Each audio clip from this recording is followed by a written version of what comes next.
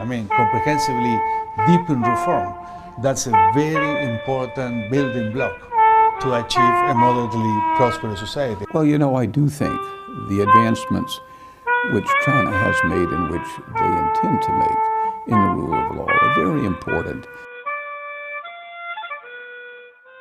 But I think that the Chinese dream embodies a very ambitious concept, and I think that China is on track to achieve that concept, which is to build a moderately prosperous society for all. I believe that that is the main goal, and from my viewpoint, the four comprehensives outlined by President Xi help it very much to sustain that main goal.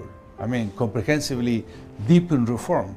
That's a very important building block to achieve a moderately prosperous society. I admire President Xi Jinping's recognition of the importance of changing the economic model of China from a high-speed, extensive model of development to what is termed new normal, but especially an intensive model of development that depends more on quality and innovation and efficiency rather than on increasing the number of workers and increasing the number of inputs into production.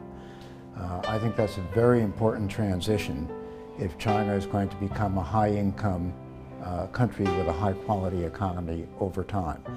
We know from experience elsewhere that many countries that have reached this point in their development, relatively few have become high-income countries.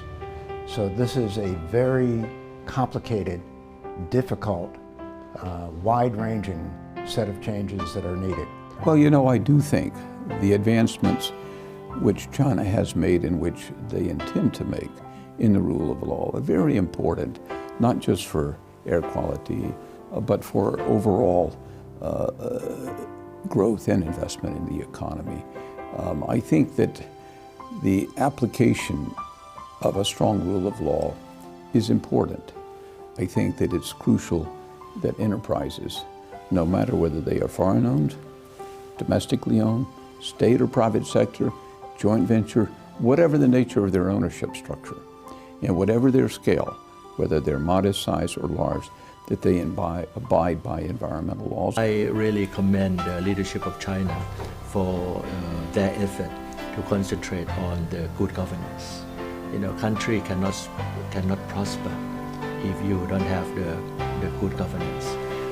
So in the effort to tackle the issue of corruption, the effort from the leadership, the effort to tackle the issue of non-transparency, creating more transparency of law and check and balance, anti-corruption, make sure that the rule of law is in place.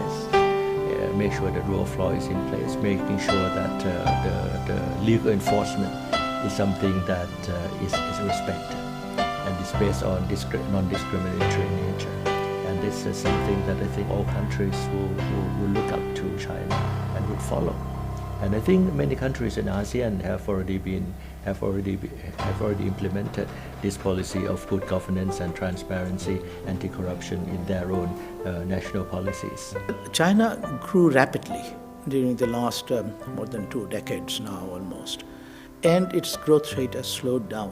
But I think China is adjusting by its own policy decision. The growth path that China is embarking now will allow it to improve the quality of its growth to more sustainable levels.